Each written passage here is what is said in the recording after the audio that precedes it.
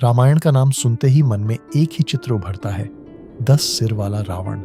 लेकिन क्या रावण सिर्फ एक असुर सम्राट था, या फिर एक ऐसा महाविद्वान योद्धा और शिव भक्त जिसकी असली कहानी दुनिया से छिपा दी गई? समय था त्रेता युग का। महर्षि विश्रवा, जो ब्रह्मर्षि पुलस्त्य के पुत्र थे, गहन तपस्या में लीन थे। इसी बीच राक्षसी कैकेयी उनसे वर मांगने पहुंची। उसने कहा, मैं ऐसे पुत्र चाहती हूँ जो संसार का अधिपति बने। ऋषि ने आशीर्वाद दिया और जन्म हुआ रावण का। लेकिन यह कोई साधारण जन्म नहीं था। कहा जाता है कि रावण जब रोया, उसकी आवाज गगनभेदी गर्जना जैसी थी। इसी कारण उसका नाम पड़ा दशानन, जिसके 10 दिशाओं में 10 सिर की गूंज सुनाई दे। बचपन से ही रावण असाधारण था। उसने वेद और शास्त्र ऐसे याद किए जैसे किसी को कविताएं याद हो। वह आयुर्वेद का इतना बड़ा झाता था कि उसने रावण संहिता नामक ग्रंथ लिखा, जो आज भी ज्योतिष और तंत्र विद्या में प्रसिद्ध है। लेकिन ज्ञान के साथ उसमें बल भी था। उसका शरीर वज्र के समान कठोर और उसकी गर्जना से पर्वत कांप जाते थे। एक समय रावण अपने साम्राज्य को बढ़ाने की चाह में कैलाश पहुंचा।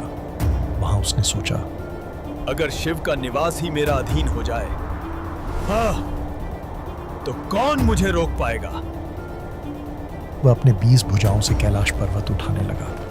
धरती कांप उठी, पर्वत हिलने लगा। देवी पार्वती भयभीत हो गई। तब शिव मुस्कुराए और केवल अपने अंगूठे से पर्वत दबा दिया। रावण उसके नीचे दब गया। पीड़ा से उसकी चीखें आकाश में गूंजने लगी। लेकिन उसी पीड़ा में उसने शिव की स्तुति की। रावण का जय जय रुद्रहर, जय महादेव। उसकी आवाज गगनभेदी थी। उसका कंठ अग्नि से भरा था।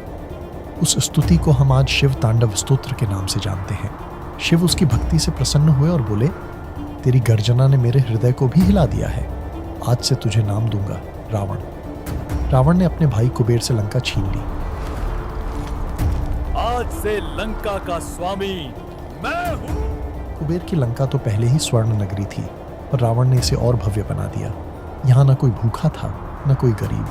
प्रत्येक घर में सोना, प्रत्येक गली में संगीत और आकाश में उड़ता उसका पुष्पक विमान। रावण केवल राजा नहीं, बल्कि लंका का देवता था। उसके दरबार में विद्वान, नर्तक और योद्धा सब उपस्थित रहते।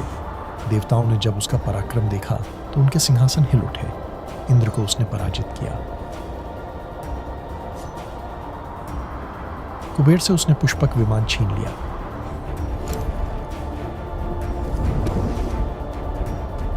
उसके बाणों से अग्नि बरसती थी और उसकी गदा से पर्वत टूट जाते थे।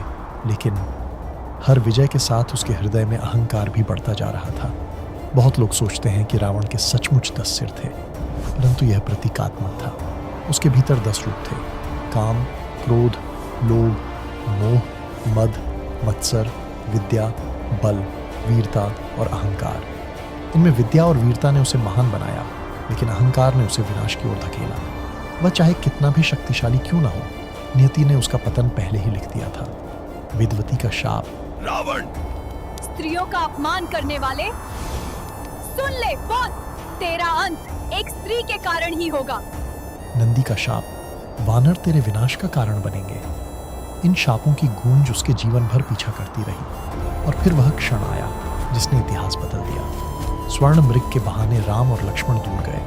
रावण साधु का वेश धारण करके आया। शांति। उसकी आंखों में काम और अहंकार की ज्वाला थी। जैसे ही माता सीता ने लक्ष्मण रेखा पार की, रावण ने अपने असली रूप में उन्हें उठा लिया। पुष्पक विमान आकाश में उड़ चला और सीता पुकारती रही, राम राम। यही बना रावण के विनाश का द्वार। लंका की धरती युद्ध भूमि में बदल गई। वानरों की सेना बनाम राक्षसों का साम्राज्य। हनुमान की गदा, अंगद की शक्ति, लक्ष्मण के बाण और राम का धनुष। और फिर आया वह क्षण, राम और रावण आमने सामने। आकाश गरज रहा था, धरती कांप रही थी। रावण के बाण बिजली की तरह बरस रहे थे। राम के तीर अग्नि की लपटों से चमक रहे थे। दोनों के बीच ऐसा युद्ध हुआ मानो 2 ब्रह्मांड टकरा रहे हों।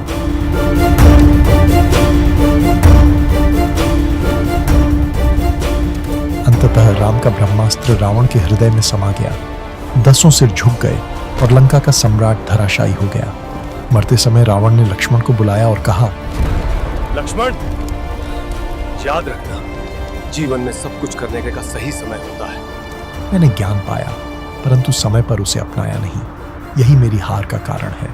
इतिहास ने रावण को खलनायक कहा, परंतु उसके भीतर एक महाविद्वान, एक शिव भक्त, एक महान शासक और योद्धा भी छिपा था। उसकी कहानी हमें यह सिखाती है, ज्ञान, शक्ति और वैभव चाहे जितना भी बड़ा क्यों ना हो, अगर उसमें अहंकार घुल जाए तो विनाश निश्चित है।